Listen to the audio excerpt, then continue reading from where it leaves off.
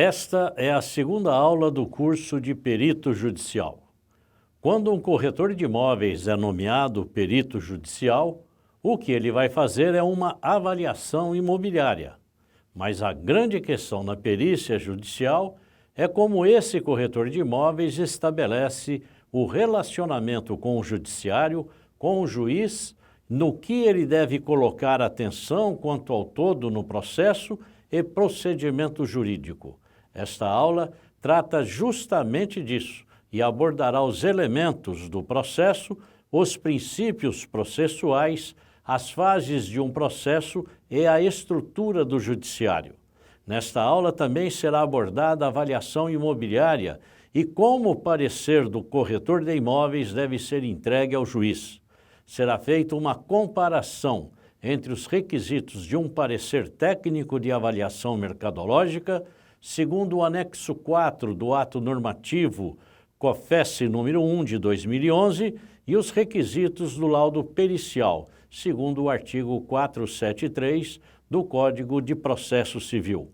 Entender os conceitos desta aula é essencial para responder às expectativas do juiz quando da sua nomeação enquanto perito ou perita judicial. Boa aula!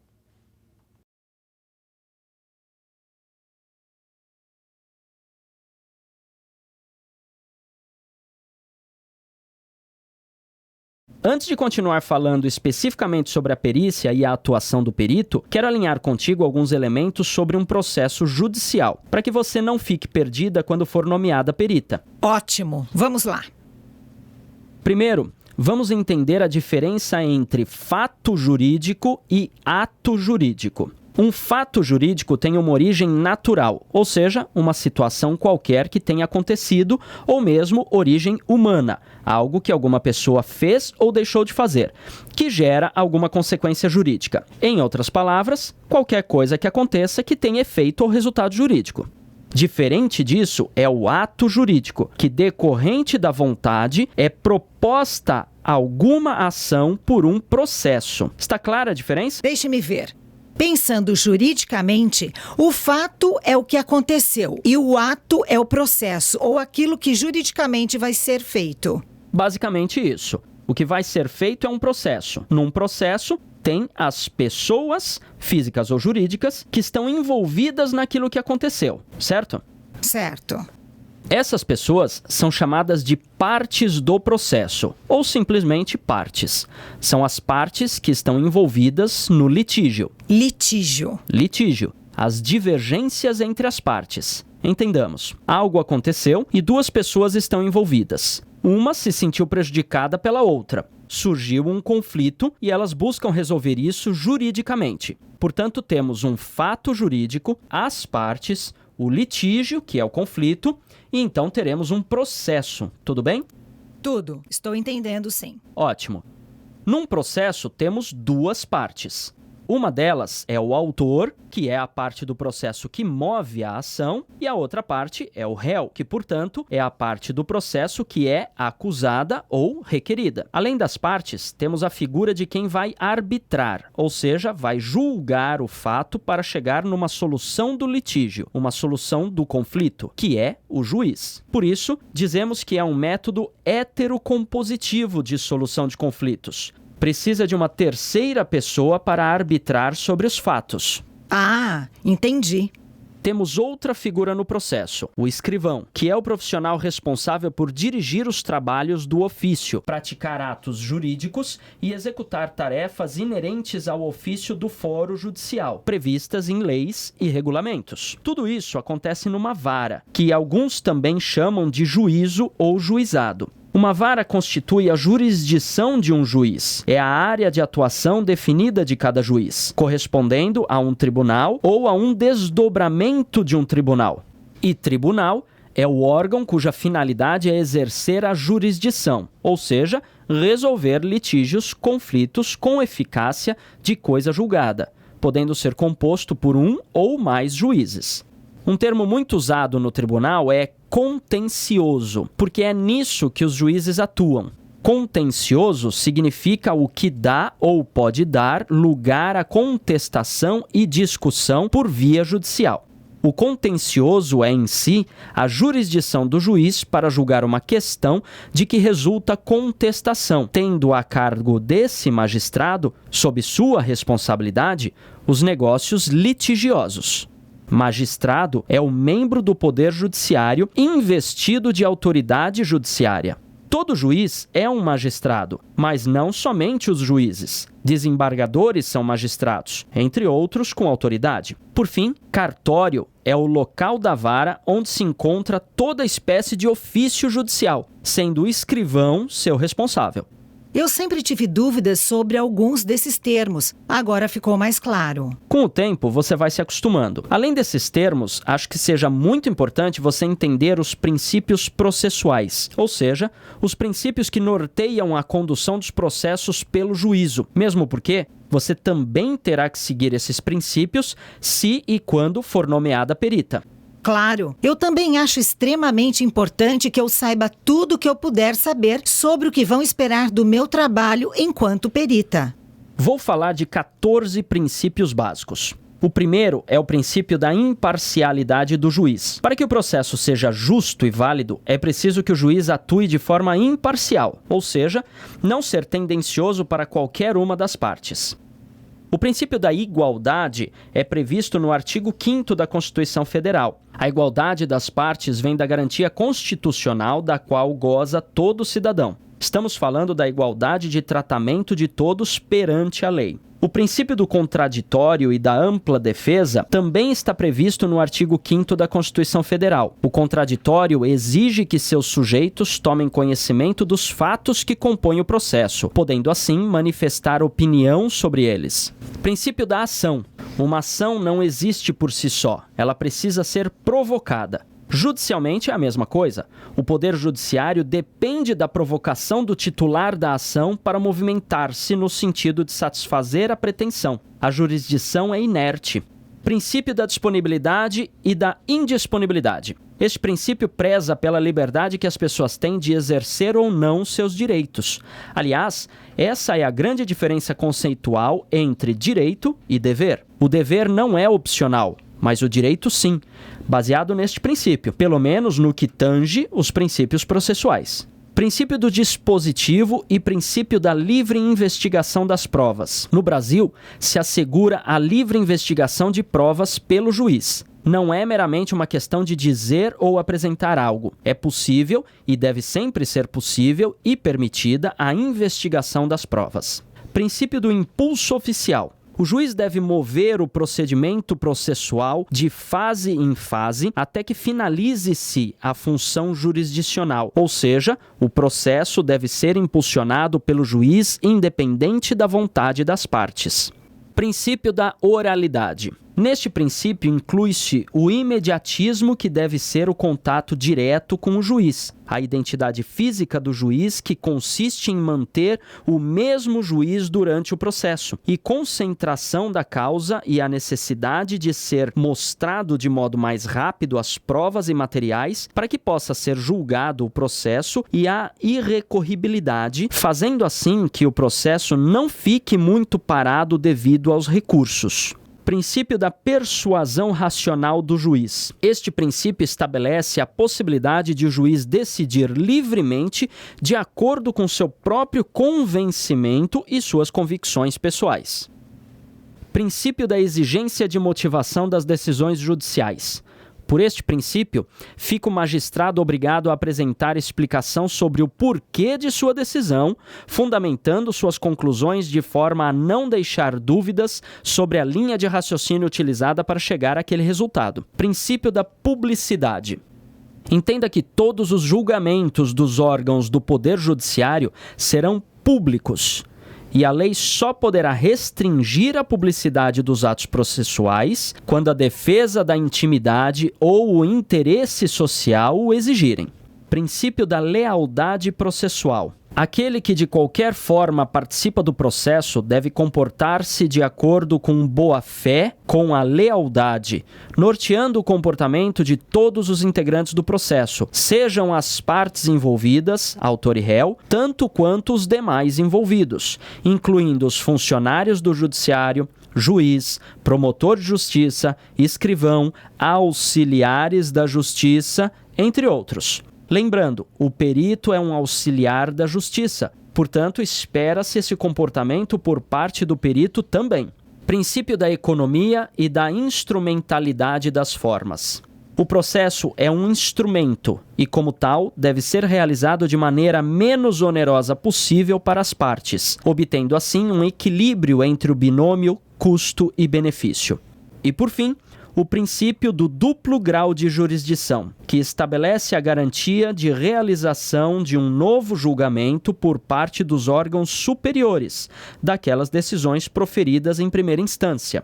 São princípios simples de serem entendidos e fundamentais de serem seguidos. Como estamos até aqui? Tudo bem. Eu estou entendendo tudo e gostando do que você está me falando. Eu achava que a perícia era mais um trabalho, mas estou vendo que é algo muito mais nobre. Pelo menos eu estou percebendo assim. E você está certa. Fico feliz que eu esteja conseguindo passar esse conceito de importância. E como? Que bom! Vamos entender as fases de um processo. Tudo começa com a petição inicial, que é redigida e apresentada pelo advogado do autor, na qual ele descreve o motivo da ação. Feito isso, o réu é chamado ao processo por uma citação, ou seja, o réu é citado e começa a participar do processo. A próxima fase é a da resposta ou contestação por parte do réu, contendo sua defesa. Depois disso, vem as preliminares da decisão, que são as audiências, as sentenças antecipadas pelo juiz, bem como a extinção do processo, caso o mesmo não tenha fundamentos jurídicos. Se o processo tiver continuidade, é nesta próxima fase que, caso haja necessidade, virá a perícia ou as perícias, dependendo do caso. Nesta fase, são feitas as diligências para as provas periciais. Na sequência, virão as instruções e o julgamento, com as audiências para a conclusão do processo. E, por fim, a sentença do juiz, sendo o ato jurídico final definido pelo juiz. Aparentemente é simples, mas para que tudo isso aconteça, haja trabalho. É isso mesmo. Apesar da simplicidade das fases, tem bastante trabalho para que tudo isso aconteça. Mas e essa história de primeira instância, segunda instância? O que é isso? A primeira instância é compreendida pelos processos que estão a cargo de juízes nas varas para a sentença em tribunais do Estado. Na segunda instância estão os processos a cargo de desembargadores nas câmaras para os acórdãos. E na terceira instância estão os processos a cargo de ministros nos tribunais superiores, STJ, STF, STE e TST. Agora ficou mais claro. E em que instâncias pode-se ter peritos atuando? Boa pergunta. O perito assiste o juiz. O juiz está na primeira instância. Portanto, o juiz, na primeira instância, nomeia um perito especializado no objeto da perícia, ou mais de um perito no caso de perícia complexa, que abranja mais de uma área de conhecimento especializado. E com isso, é gerada a prova pericial. Por outro lado, nas demais instâncias não existe uma prova pericial. Os desembargadores ou os ministros que estão na segunda e terceira instâncias, respectivamente, fazem análises dos laudos já juntados ao processo para poderem dar o parecer. Então, o perito trabalha apenas na primeira instância. Entendi. Agora me diga uma coisa. Tudo que você está me falando é sobre perito e perícia de modo geral. Ou seja, não estamos falando especificamente do corretor de imóveis fazendo perícia. O que você está apresentando serve para qualquer área, seja para o corretor de imóveis, para um contador, um engenheiro, um analista de sistemas, um topógrafo e qualquer outro profissional. É isso? Sim, Lisa, é isso mesmo. Mas já que você abordou esse assunto, vamos ver alguns aspectos importantes de serem detalhados sobre a perícia judicial de avaliação imobiliária, que é feita especificamente por corretores de imóveis. Maravilha! Era disso que eu estava falando. Só para alinharmos nossos entendimentos, quando eu falar sobre avaliação imobiliária ou avaliação de imóveis, Estou falando da atividade desempenhada por corretor ou corretora de imóveis para definir ou estimar o valor de mercado do imóvel, na situação em que esse imóvel se encontra e no mercado onde ele esteja, certo? Corretíssimo. Ótimo. Você me corrija se eu estiver errado. Mas eu entendo que, enquanto seus objetivos e propósitos, uma avaliação imobiliária serve para a adequação de uma oferta de venda de um imóvel, para uma pessoa ter argumentos nas negociações de locação, para dar informações que permitam a correta partilha dos bens, seja por causa de herança ou mesmo dissolução societária, para o melhor conhecimento por parte de um potencial comprador, assim como para estudos econômicos e financeiros, cálculos de indenização por expropriação, determinação de valores prefeitos fiscais e entre tantas outras possibilidades, também para assistir o juiz, de modo geral, nas decisões de litígios. Estamos alinhados nisso? Absolutamente. É como eu enxergo o mercado de avaliação de imóveis. Ótimo. Eu também entendo que um corretor de imóveis, quando faz uma avaliação, produza um documento resultante dessa atividade que se chama Parecer Técnico de Avaliação Mercadológica. Estou correto? Sim, está. É isso mesmo. Muitos falam apenas PITAM. Então comecemos por essa nomenclatura e vamos falar dos documentos entregues ao juiz. Segundo o que está muito bem definido no Código de Processo Civil, o documento que o perito entrega ao juiz que o nomeou se intitula laudo pericial. Só um instante. Eu sou corretora de imóveis e sou inscrita no Cadastro Nacional de Avaliadores Imobiliários. Nas avaliações de imóveis que eu faço, eu emito um parecer técnico de avaliação mercadológica, certo? Certo. Mas se eu for nomeada perita num processo, o que eu vou entregar para o juiz não é o mesmo documento? Eu não vou entregar um parecer técnico de avaliação mercadológica? Sim, é esse documento que você entrega. Você entrega ao juiz o PITAM. Mas você acabou de dizer que o que eu entrego ao juiz é um laudo pericial. Sim, você vai entregar um PITAM e vai dizer que seu PITAM é o laudo pericial que o juiz pediu. Mas na capa do PITAM, eu coloco parecer técnico de avaliação mercadológica ou coloco laudo pericial? Para não ter nenhum problema, você coloca os dois nomes. Particularmente, sugiro fazer a capa do seu PITAM tal qual você costuma fazer. E por cima dela, você coloca outra capa onde você escreve laudo pericial. Na petição de entrega do seu trabalho, e depois vamos falar mais sobre isso, você diz que está entregando como laudo pericial o parecer técnico de avaliação mercadológica. Entendi. O que eu emito é um PITAM e para o juiz, o meu PITAM é o laudo pericial. É isso mesmo. Mas isso se você for perita. Se for uma assistente técnica, o nome muda. Um assistente técnico entrega para a parte um parecer técnico. Agora sim eu fiquei confusa. É simples. Deixe de lado o termo PITAM por um instante. Pense apenas no âmbito do judiciário. O perito emite um laudo pericial e o assistente técnico emite um parecer técnico. Isso ficou claro? Por enquanto, sim. Agora vamos pensar no corretor de imóveis. Vamos pensar no seu caso. O corretor de imóveis avalia o imóvel e emite um PITAM, um parecer técnico de avaliação mercadológica. Se tiver como perito, vai entregar esse PITAM ao juiz, dizendo que esse PITAM é o laudo pericial para aquele processo. E se estiver como assistente técnico, vai entregar o PITAM para a parte, dizendo que esse é o parecer técnico para aquele processo. Agora eu acho que entendi. Então vamos falar um pouco sobre o PITAM. Você deve se lembrar que o conteúdo do PITAM foi esboçado pela Resolução COFES 1066 de 2007 e depois foi normatizado pelo Ato Normativo COFES número 001 de 2011, que apresenta no seu anexo 4 a lista de requisitos mínimos do PITAM. Isso eu me lembro muito bem. Afinal de contas, é a regulamentação da emissão de um PITAM. Se eu não soubesse isso, certamente estaria me arriscando demais. É verdade. São 7 itens, sendo que alguns se desmembram em subitens. O primeiro requisito é que tenha a identificação do solicitante, seguido da finalidade do PITAM.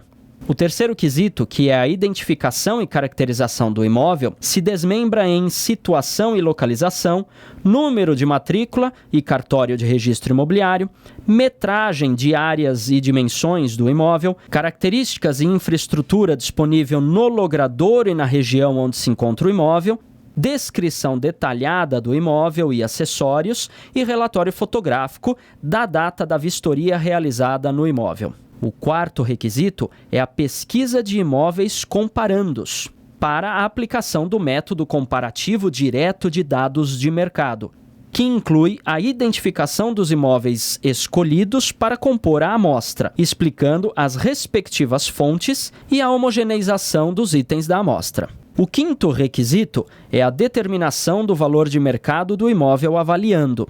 O sexto requisito é chamado de encerramento e engloba a conclusão do PITAM, a data e a assinatura por parte do corretor de imóveis emissor do PITAM, assim como a aposição do selo certificador ao lado dessa assinatura.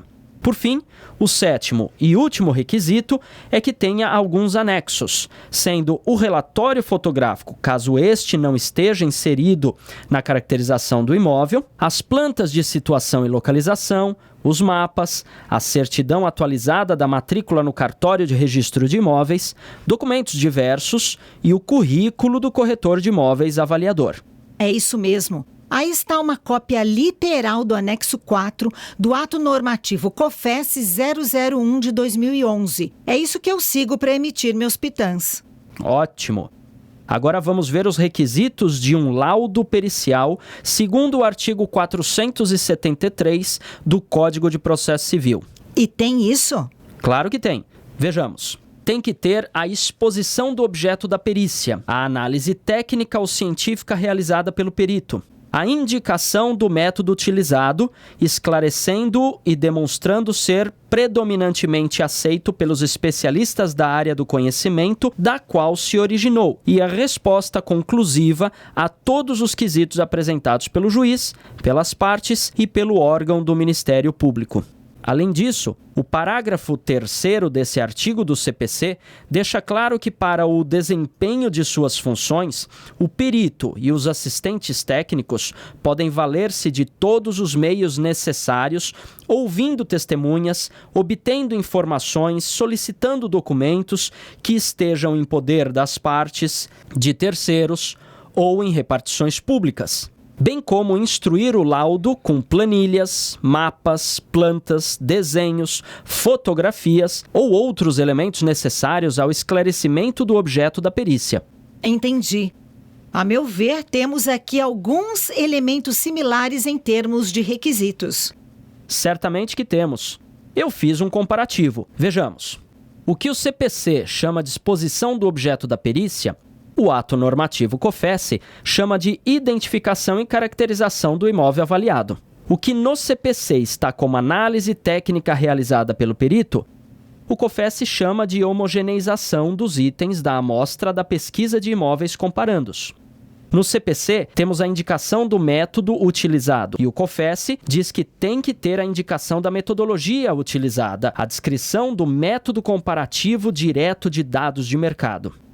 O CPC pede que tenha uma resposta conclusiva e o COFES diz que tem que ter a determinação do valor de mercado do imóvel e a conclusão da avaliação. Por fim, o que está no parágrafo 3º do artigo 473 do CPC também está listado nos requisitos que o COFES diz que o PITAM tem que ter, quando exige que tenha a identificação dos imóveis escolhidos para compor a amostra, documentos, planilha de cálculos realizados, plantas de situação e localização, mapas, relatório fotográfico e outros elementos necessários ao esclarecimento do objeto da perícia. Em outras palavras, os requisitos estão extremamente bem alinhados. É verdade. Então, quando eu formato um PITAM seguindo a normatização do COFES, eu já terei respondido ao exigido pelo Código de Processo Civil. Exato. E foi por isso que eu quis mostrar esse comparativo entre o que o CPC exige e o que o COFES exige. Portanto, esse documento, o PITAM, serve para ser, na íntegra, um laudo pericial. Que bom! Isso significa que eu não preciso ficar adaptando nada. Então, você já sabe emitir um laudo pericial. Agora só precisa saber como ser perita, conhecer os principais artigos do CPC que vão nortear seu trabalho como perita e saber peticionar o juiz.